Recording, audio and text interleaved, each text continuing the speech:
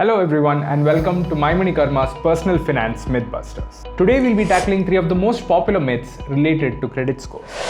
Myth number 1, your credit score depends on your annual income. Now it's easy to see how this myth came about. After all, your credit score is generally considered to be a measurement of your financial well-being. So naturally, people tend to assume that the more well-off you are in terms of your earnings, the better your credit score will be. But the truth is that your credit score depends only on how well your credit is managed. And by credit, we mean your credit cards and loans. So it doesn't really matter the amount of annual income that you have if you're still taking out loans that you can't repay properly. But even if you don't have large amounts of loans or credit card balances, even if you forget to make a small payment on either of these things, it can result in a severe hit on your credit score. So a credit score really isn't a matter of how much you earn.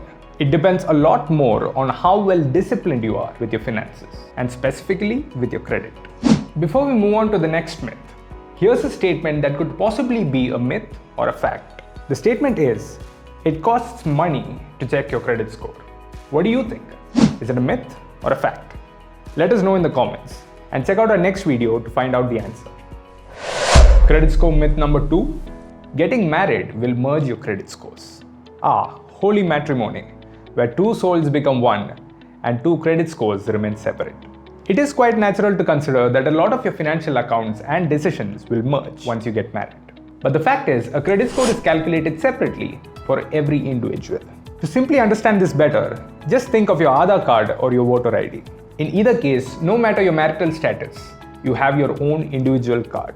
However, there's a bit of a tricky situation here, because many couples tend to apply for joint loans. When the two of you are co-applicants on the same loan, whatever action happens on your loan reflects on both of your credit scores separately. But the bottom line is, even in this case, both of your credit scores remain separate and are never merged. Credit score myth number 3, you can use a debit card to build your credit score. This common misunderstanding arises from people simply failing to understand the difference between a debit card and a credit card. What a lot of common people see is that you can simply use either of these cards to make a payment. So definitely a debit card works just as well to build your credit score as well, right?